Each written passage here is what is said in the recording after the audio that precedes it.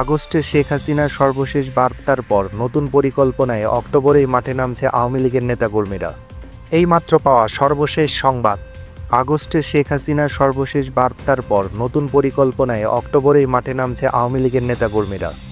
বিস্তারিত সংবাদে যাওয়ার আগে ছোট্ট একটি অনুরোধ, পুরো ভিডিওটি মনোযোগ দিয়ে দেখুন এবং চ্যানেলটি সাবস্ক্রাইব করুন যাতে পরবর্তী গুরুত্বপূর্ণ আপডেট মিস না হয়।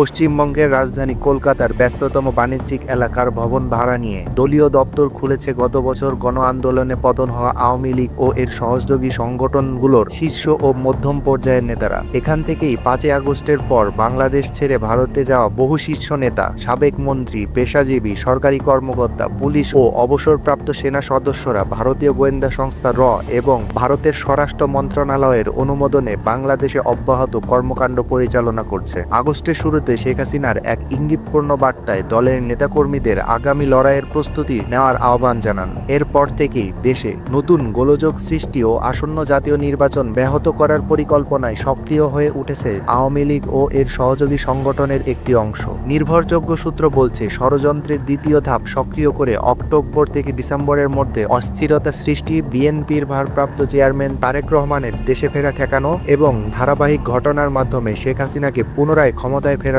চেষ্টা চলছে। এই পরিকল্পনায় নেতৃত্ব দিচ্ছেন সাবেক স্বরাষ্ট্রমন্ত্রী আসাদুজ্জামান খান কামাল। দক্ষিণাঞ্চল থেকে বিশেষ কার্যক্রম শুরু করার তদারকিতে তার সঙ্গে সমন্বয় করছেন আওয়ামী লীগের যুগ্ম সাধারণ সম্পাদক বাহাউদ্দিন নাসিম, মাহবুবুল হক হানিফ, সাবেক সাংগঠনিক সম্পাদক মহিবুল হাসান চৌধুরী নওফেল এবং সভাপতি মণ্ডলীর সদস্য জাহাঙ্গীর কবির নানক সহ আরো কয়েকজন নেতা। এসব নির্দেশ আসছে কলকাতার নবগঠিত দপ্তর থেকেই। জাতীয় গোয়েন্দা সংস্থা ও পুলিশের তৎপরতায় আওয়ামী লীগের বেশ কিছু পরিকল্পনা ভেস্তে গেলেও 15 আগস্টকে কেন্দ্র করে দলটি আবার সক্রিয় হয়ে উঠেছে। তারই ধারাবাহিকতায় খুলনায় 9 আগস্ট থেকে বিভিন্ন এলাকায় পোস্টারিং এবং 11 আগস্ট চট্টগ্রামের ঈশান মিস্ত্রি ঘাটে ঝটিকা মিছিলে পুলিশের উপর হামলা। 15 আগস্ট রাজশাহী নগরীর কাদিরগঞ্জ এলাকার একটি কোচিং সেন্টার থেকে বিভিন্ন অস্ত্র, গোলাবারুদ ও বোমা তৈরির সরঞ্জাম উদ্ধারের ঘটনা ঘটেছে। এখন প্রশ্ন থেকে যায়, সরকারকে আসন্ন এই আওয়ামী ষড়যন্ত্র মোকাবেলায় প্রস্তুত? দর্শক, আপনার কি মতামত? আপনার মন্তব্য অবশ্যই কমেন্টে জানাবেন।